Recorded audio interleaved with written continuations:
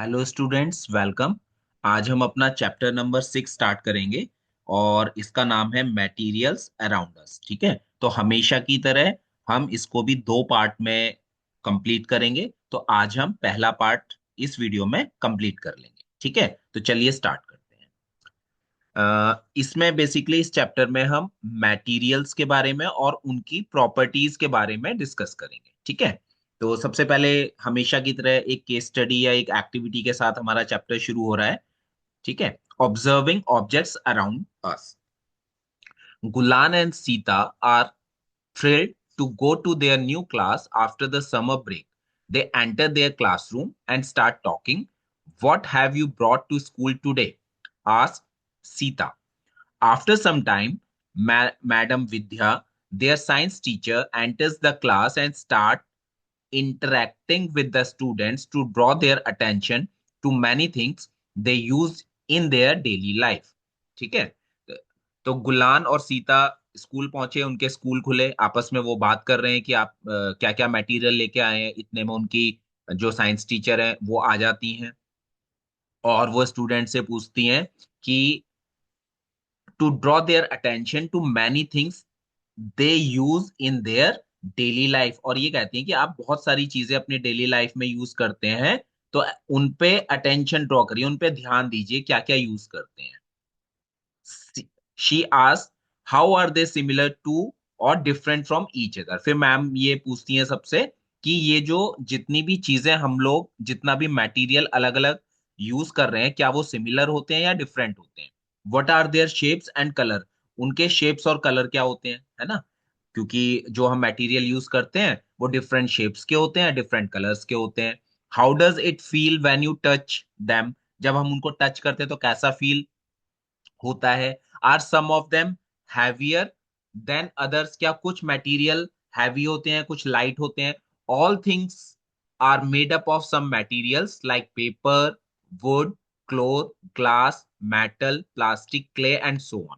फिर मैडम ये कहती है कि कोई भी जो भी हम मटेरियल यूज कर रहे हैं या जो भी सब्सटेंस हम थिंग यूज कर रहे हैं वो किसी ना किसी मटेरियल की बनी होती है। कुछ पेपर के बने होते हैं, कुछ वुड के, कुछ क्लोथ के, कुछ ग्लास के, है ना।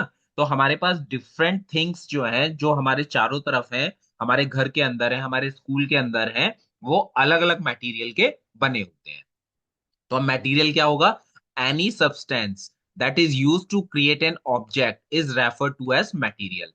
कोई भी ऐसा सब्सटेंस जिसके थ्रू हम कोई एक ऑब्जेक्ट बना सकते हैं, ऐसे सब्सटेंस को हम क्या बोलते हैं, मटेरियल, है ना। तो आप कोई भी ऑब्जेक्ट बनाए, कोई भी सब्सटेंस बनाए, तो उसके लिए जिस चीज की रिक्वायरमेंट होगी वो क्या होगा, वो मटेरियल होगा। जैसे पेपर का हमने बोट बना ली, नाव बना ली, रेनी सीजन में जनरली हम लोग बनाते हैं, तो पेपर क्या हो गया यहाँ पे, मटेरियल हो गया, है ना। हमने टेबल चेयर बना ली लकड़ी से, वुड से, तो वुड क्या हो गया यहाँ पे, मटेरियल हो गया। तो मटेरियल वो सब्सटेंस होता है जिससे हम डिफरेंट ऑब्जेक्ट्स क्रिएट करते हैं या बनाते हैं। Okay, now, activity 6.1. Make a list of objects you see around and also write the names of the material they are made up of in table 6.1.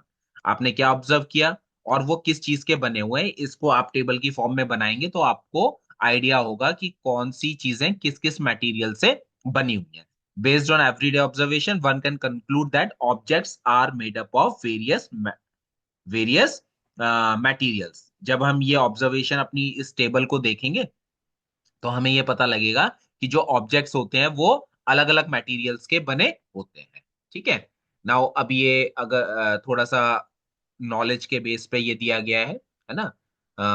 हमारे पुराने टाइम में किस तरीके का मटेरियल यूज होता था। The earliest pottery found in the Indian subcontinent dates back to 7,000 to 8,000 years in the Ganga plains and in Balochistan. ठीक है, देखिए जो पुराने बर्तन हुआ करते थे, पुराने बर्तन जो आज से 7,000 या 8,000 साल पहले यूज होते थे, वो गंगा के प्लेन्स में, गंगा के किनारे किनारे वाले जो एरिया है वहां पे पाए गए हैं या बलूचिस्तान में पाए गए हैं। ये बलूचिस्तान जो एरिया है ना, आज की डेट में कहाँ है, ये पाकिस्तान में है। About 4,000 BCE onwards, Sindhu Saraswati developed techniques of wheel-turned pottery production, pigmentation, application of protective और decorative coats. आज से 4,000 साल पहले 4 या 6 हजार साल पहले, बीसी की बात कर रहे हैं ना, तो 4 हजार और आज के एडी के 2 हजार, तो लगभग आज से 6 हजार साल पहले सिंधु सरस्वती जो सिविलाइजेशन थी, उन्होंने व्हील टर्न पॉटरी, जो चाक होता है ना, व्हील होता है, व्हील पे मिट्टी रख के जो बर्तन बनाते हैं, तो उसका प्रोडक्शन स्टार्ट कर दिया था, कलर करना शुरू कर दिया था, और उनके ऊपर डेकोरेटिव कोट उनको सजाना शुरू कर दिया। ठीक है। और ये जो डेकोरेटिव कोट्स होते थे, ये बेसिकली डिफरेंट कलर्स के होते थे। These techniques became further sophisticated during the Sindhu Saraswati, also known as Harappan civilisation. अब ये आगे चल के हड़प्पन सिविलाइजेशन के टाइम में अगर हम देखें, हड़प्पा संस्कृति तक आते आते या उसके और आगे भी ये जो टेक्निक थी ये और ज्यादा डेवलप होती चली गई। और जब टेक्निक ज्यादा डेवलप हुई तो ये क्या करते थे, मिट्टी के बर्तन बनाते थे, उनको रेड कलर से पेंट करते थे, और उस पर फिर ब्लैक कलर से डिजाइन बनाते थे। और ये जो डिजाइन होती थी, ये ज्योमेट्रिक पैटर्न्स, एक्वेटिक एनिमल्स या टेरेस्ट्रियल एनिमल्स जो है हुआ करते थे। ठीक है।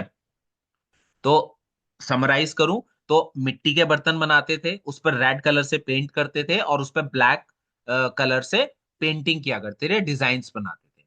The clay used for making pots, dishes, bowls, and other items was carefully selected and cleaned, sieved, kneaded, turned over a wheel, and finally baked in kilns. अब ये मिट्टी के बर्तन बनाते थे जैसे मैंने बताया, है ना, तो मिट्टी के बर्तन में ये पॉट्स, डिशेस या बोल्स बनाते थे। अब ये जो मिट्टी इस्तेमाल करते थे, उसको वो केयरफुली सिलेक्ट करते थे। ऐसा नहीं होता था कि हर तरह की मिट्टी से बर्तन बनाए जाते थे। पर्टिकुलर सॉइल ली जाती थी, उसको साफ किया जाता था, उसको छाना जाता था, फिर जैसे आटा गूंदते हैं ना, तो वैसे इसको नीड किया जाता था, गूंदा जाता था, और व्हील के ऊपर रख के, चाक के ऊपर रख के बर्तन बनाए जाते थे। फिर उनके बाद क्लिन्स के अंदर, क्लिन क्या होते हैं, भट्टी होती है ना, क्लिन के अंदर आग जला के इनको बेक किया जाता था। बेक करने से क्या होते थे, ये मजबूत हो जाते थे, है ना। तो bake clay is called terracotta. तो इस तरीके से बर्तन बनाए जाते थे। Pots were used for various purpose, from cooking to storage of food grains, oil, ghee and so on. ये जो बर्तन बने, इनको फूड ग्रेन के स्टोरेज के लिए, ऑयल या घी रखने के लिए, या कुछ और खाने की चीजें रखने के लिए इस्तेमाल में आते थे। Some very large storage jars and other pottery items are exhibited at the National Museum New Delhi. तो पुराने टाइम के बहुत बड़े जार्स या जो बर्तन थे, वो हमारे नेशनल म्यूजियम जो न्यू दिल्ली में वहां पे रखे हुए हैं। ठीक है। आगे बढ़ते हैं। Now let us explore materials further. How to group material. अब जो डिफरेंट तरह का मटेरियल है उसको ग्रुप कैसे करेंगे, ग्रुपिंग कैसे करेंगे, है ना। चलिए समझ लेते हैं। Group the object shown in figure 6.1 based on any common property. देखिए इस फिगर में बहुत सारे ऑब्जेक्ट्स दिए गए हैं। इन ऑब्जेक्ट्स को हम क्या करेंगे, इन्हें ग्रुपिंग करने हैं। तो ग्रुपिंग के लिए सबसे पहले हम देखते हैं कि सब में कॉमन क्या है। अगर सबके अंदर कोई कॉमन प्रॉपर्टी है, तो कॉमन प्रॉपर्टी वालों को एक ग्रुप में रख देंगे, और दूसरी कॉमन प्रॉपर्टी वालों को अलग ग्रुप में रख देंगे। ठीक है। सच एज, अच्छा प्रॉपर्टी क्या क्या ले सकते हैं, सच एज शेप, शेप ले सकते हैं, कलर ले सकते हैं, हार्डनेस ले सकते हैं, सॉफ्टनेस ले सकते हैं, शाइन ले सकते हैं, डलनेस ले सकते हैं, है ना। और materials they are made up of, जैसे मान लीजिए वुड के मटेरियल है, इसमें वुड से बनी हुई चीजें हैं, तो उनको एक ग्रुप में रख लेंगे। मेटल की बनी हुई है, उनको अलग रख लेंगे। जो चमक रही है, जिनमें शाइनिंग है, उनको एक ग्रुप में रख सकते हैं। तो अलग अलग प्रॉपर्टी के बेस पे हम मटेरियल को क्या कर सकते हैं, ग्रुप कर सकते हैं। Which property did you use to group the object in activity 6.2? Did your friends group object based on similar properties? What did you learn from this activity?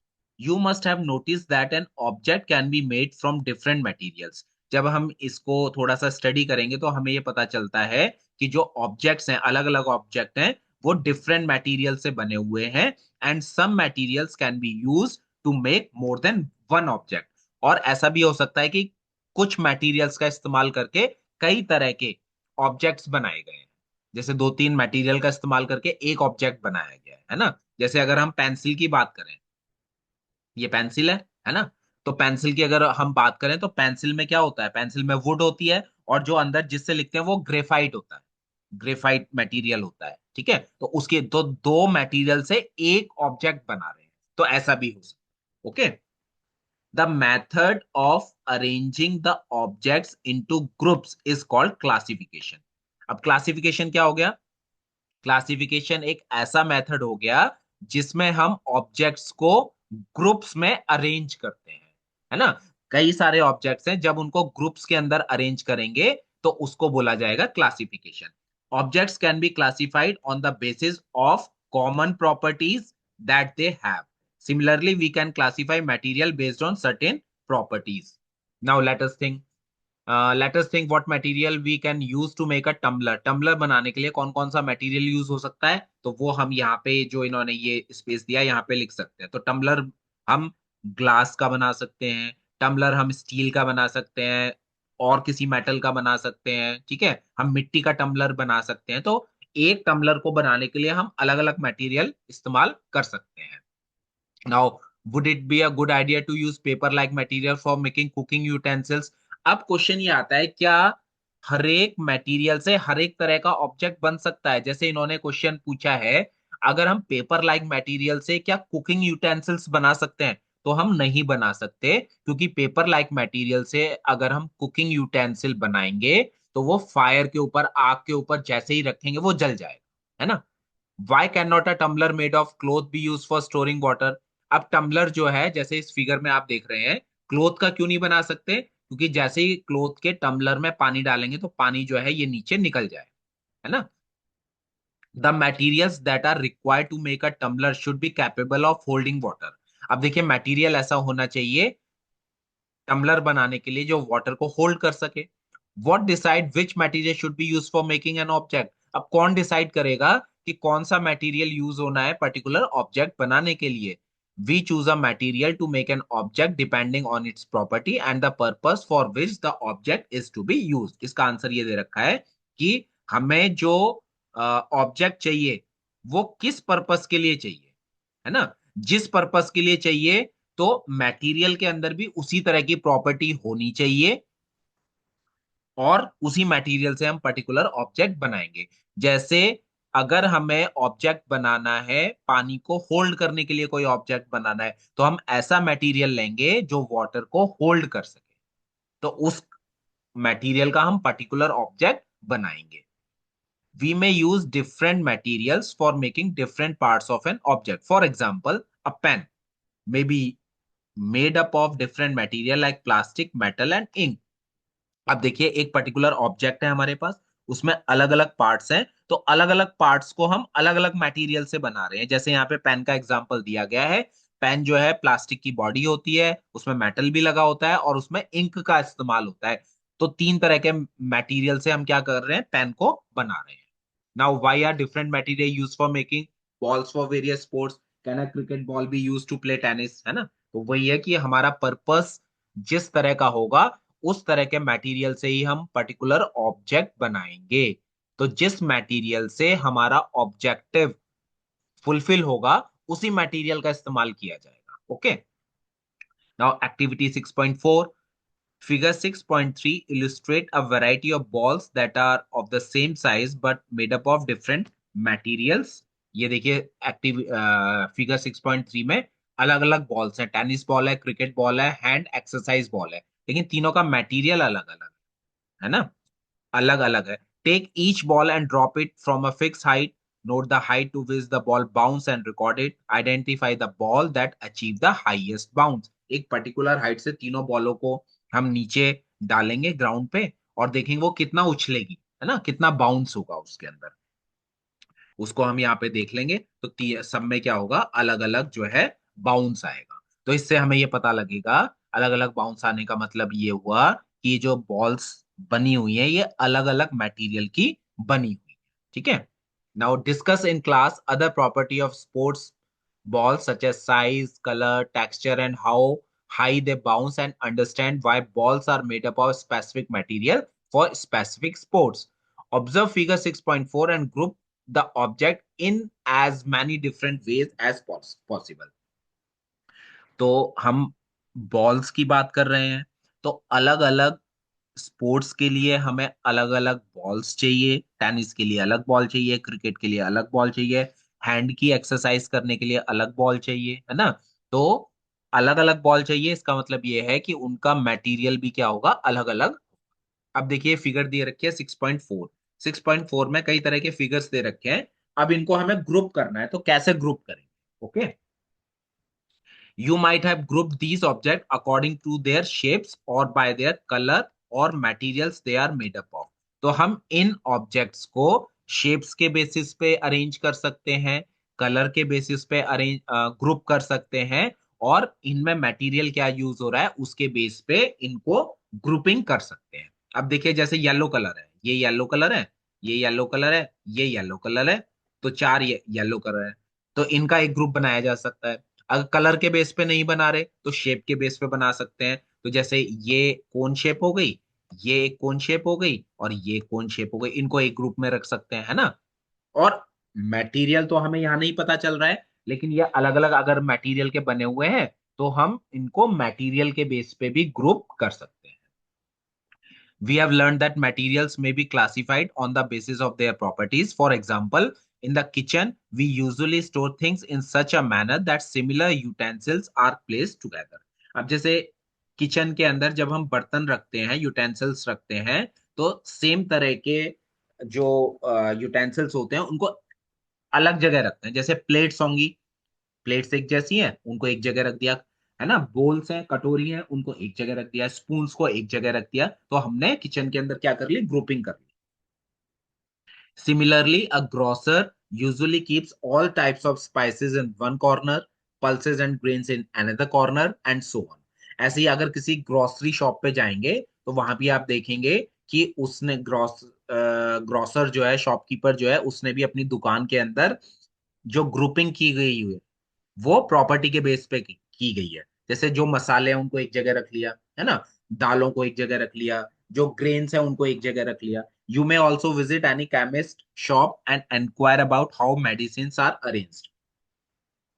अगर किसी केमिस्ट शॉप पे जाएंगे और एनक्वायर करेंगे कि वो मेडिसिन कैसे arrange करते हैं, कैसे पता कि कौन सी मेडिसिन कहाँ रखी होती है, क्योंकि जैसे ही आप मेडिसिन मांगते हैं वो तुरंत निकाल के दे देते हैं, है ना। तो जैसे मान लीजिए आपने कोई मेडिसिन बताई उनको, मेडिसिन एम नाम से है, तो एम नाम की मेडिसिन एक जगह रखी होगी। जनरली ये एक प्रॉपर्टी हो सकती है, एक तरीका हो सकता है ग्रुपिंग करने का मेडिसिन को। ए नाम से जो मेडिसिन होंगी वो एक जगह रखी होंगी। तो जैसे आपने बोला एस्प्रिन, एक ये दवाई का नाम है फॉर एग्जाम्पल, तो वो ए अल्फाबेट की जहां पे भी दवाइयां रखी होंगी वहां जाएंगे और वहां से उसको निकाल लेंगे। ठीक है, तो ग्रुपिंग हमें हेल्प करती है हमारे सामान को आइडेंटिफाई करने के।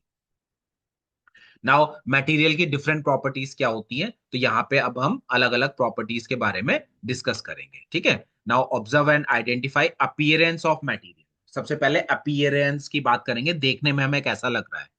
Materials often look different from each other. Generally जो मटेरियल्स होते हैं वो एक दूसरे से अलग होते हैं।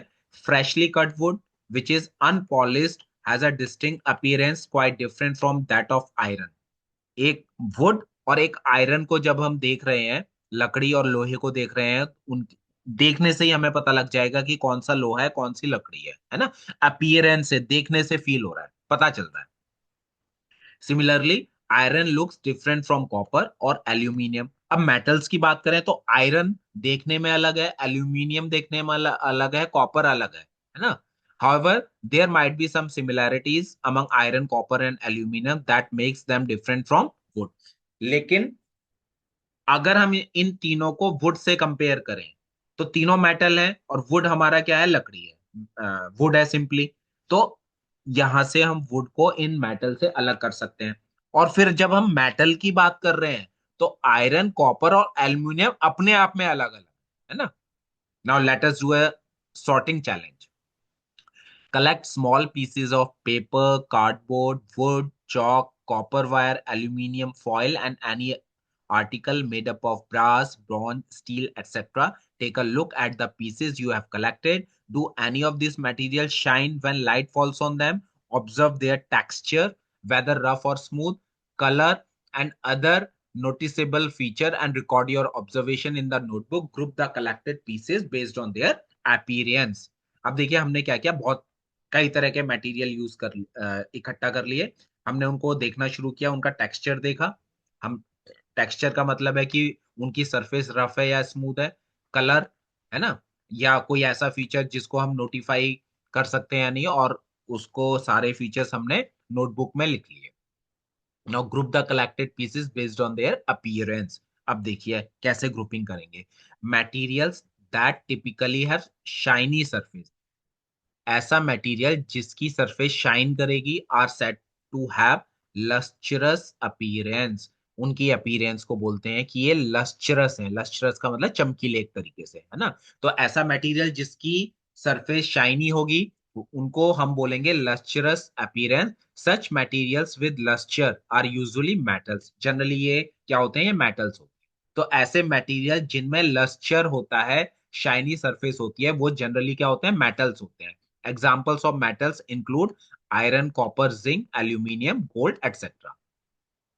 However, some metals may lose their luster and start to look dull or non-lustrous due to the effect of air and moisture on them.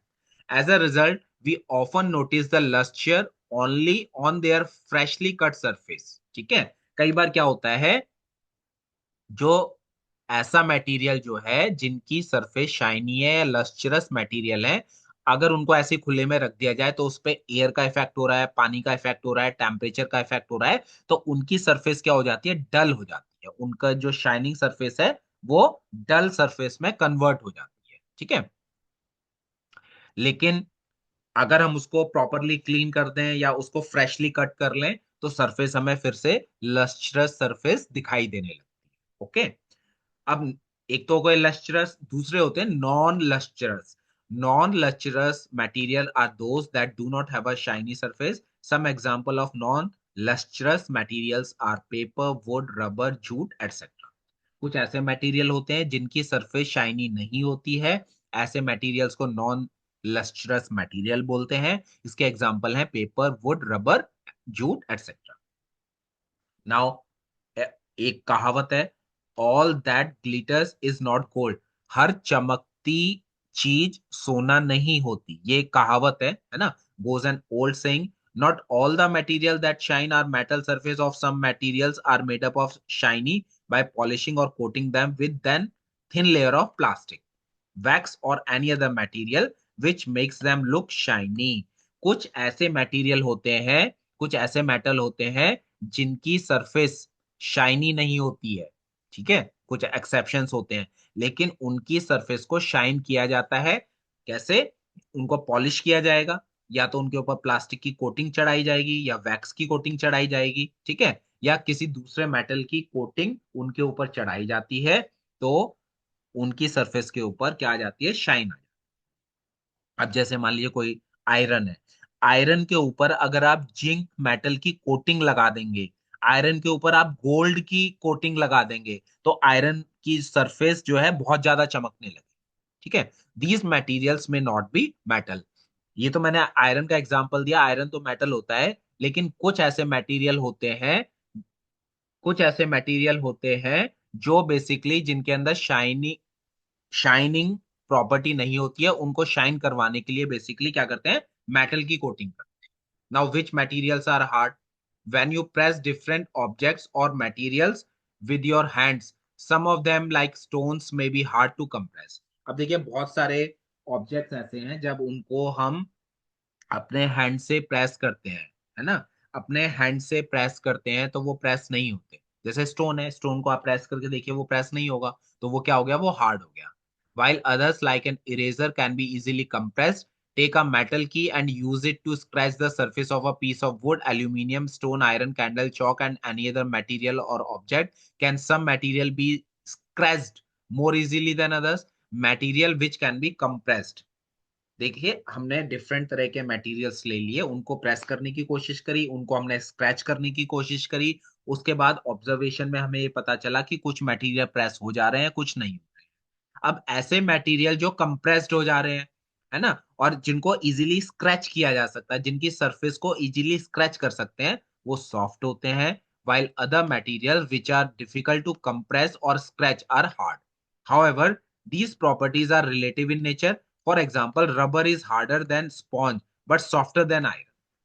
ठीक है, अब देखिए अलग अलग प्रॉपर्टी होती है सब्सटेंस में। जैसे रबर है, रबर स्पॉन्ज से तो हार्ड होगी, लेकिन आयरन से सॉफ्ट होगी। ठीक है, तो ये हमें किसी भी मटेरियल को देख के, उसको पकड़ के, उसको प्रेस करके हमें ये प्रॉपर्टीज पता चलेंगी। Now let us observe 6.5 activity में क्या कह रहे हैं। Hold the object given in table 6.3 with your hand, feel whether the object are hard और soft, find out the material they are made up of, enter your observation in table 6.3।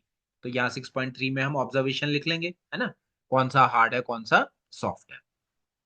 Now compare your observation with the observation of your friends and discuss. You have learned that materials can different properties like luster, hardness, softness and color. ये property हमने पढ़ ली है। जो different material होते हैं वो lustrous या non lustrous होते हैं। जो डिफरेंट मटेरियल्स होते हैं हार्डनेस के बेस पे सॉफ्ट या हार्ड होते हैं। ठीक है, और कलर उनका अलग अलग हो सकता है। Can you think of any other property, इसके अलावा भी कुछ और प्रॉपर्टी हो सकती है, चलिए देखते हैं। Explore materials through which one can see और कैन नॉट सी। ठीक है, अब हम ऐसी प्रॉपर्टी देख रहे हैं, वो प्रॉपर्टी क्या है, क्या किसी मटेरियल के बीच में से हम आर पार देख सकते हैं, है ना। तो चलिए इसको देखते हैं। Gulan, Sita and Sara are playing hide and seek with their friends. Gulan hides behind a wall, Sita hides behind a big tree in the garden, which Sarah hides behind the frosted glass door which has a hazy surface. Sita's younger brother can see all of this happening through a glass window of his house. Hide and seek खेल रहे हैं। गुलान जो है वो दीवार के पीछे छुप गया। सीता जो है वो एक बड़े पेड़ के पीछे छुप गई। और सारा जो थी वो एक फ्रॉस्टेड ग्लास डोर के पीछे छुप गई। और ये सारी एक्टिविटी जो सीता का यंगर ब्रदर है वो अपने घर की खिड़की से देख पा रहा है, ग्लास विंडो से देख पा रहा है ना। तो ग्लास विंडो के आर पार देखा जा रहा है। ओके, ट्री के पीछे क्या है नहीं देख पा रहे हैं, दीवार के पीछे क्या है वो नहीं देख पा रहा है। तो इसी के बेस पे मटेरियल को हम क्लासिफाई कर सकते हैं या प्रॉपर्टी समझ सकते हैं क्या।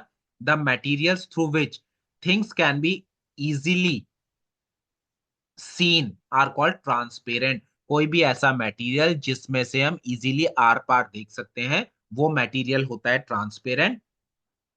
तो जैसे ग्लास हो गया, वाटर हो गया, एयर, सेलो, पेन, पेपर, है ना। ये सब एग्जाम्पल है ट्रांसपेरेंट मटेरियल के, इनके आर पार देखा जा सकता है। Why did Gulan, Sita and Sara choose these places to hide, है ना।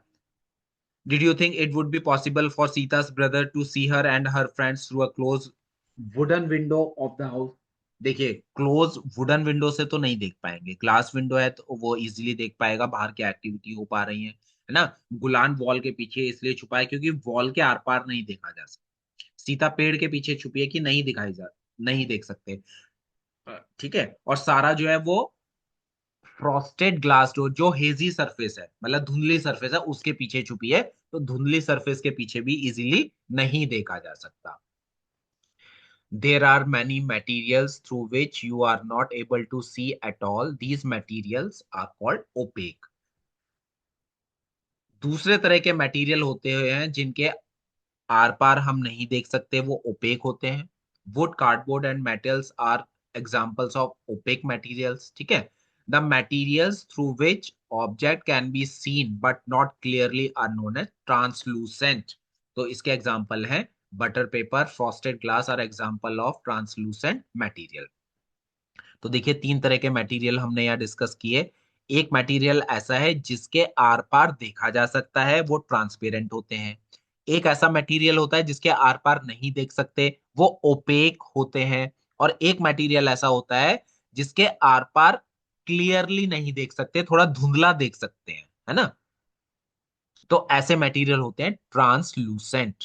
Okay, now look at the figure 6.5. Identify and label the nature of material used by Gulan. अब देखिए, अगर बी ए देखें, ए क्या है, ये वॉल है।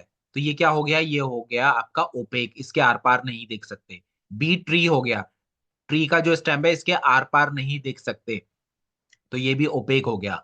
सी क्या है, सी हेजी ग्लास है, आर पार देख रहे हैं लेकिन क्लियरली नहीं देख पा रहे, तो ये क्या हो गया, ट्रांसलूसेंट हो गया। और ये डी क्या है, ये ग्लास है, इसके आर पार देखा जा सकता है, तो ये वाला ग्लास कैसा हो गया, ये ट्रांसपेरेंट हो गया, है ना। तो ये सब हम एक्टिविटी में अपनी ऑब्जर्वेशन नोट कर लेंगे। इस तरह की टेबल बना लेंगे। Classify the following object as transparent, translucent और ओपेक इन टेबल। अब बटर पेपर है हमारा, ये ट्रांसलूसेंट है ना। इरेजर है, ये ओपेक है। फ्रॉस्टेड ग्लास है, ये ट्रांसलूसेंट है। वुडन बोर्ड है, ये ओपेक है। विंडो ग्लास है, ये हमारा ट्रांसपेरेंट है। और ग्लास टम्बलर हमारा ट्रांसपेरेंट है। ठीक है, तो आज के लेक्चर में हम लोग इतना ही रखते हैं। बाकी इसका जो सेकंड पार्ट होगा नेक्स्ट वीडियो में आएगा। तब तक आप वीडियो को देखें, समझें। कोई आपको क्वेरी है तो कमेंट बॉक्स में डालें और अपने दोस्तों के साथ वीडियो को शेयर करें, because sharing is caring. Thank you.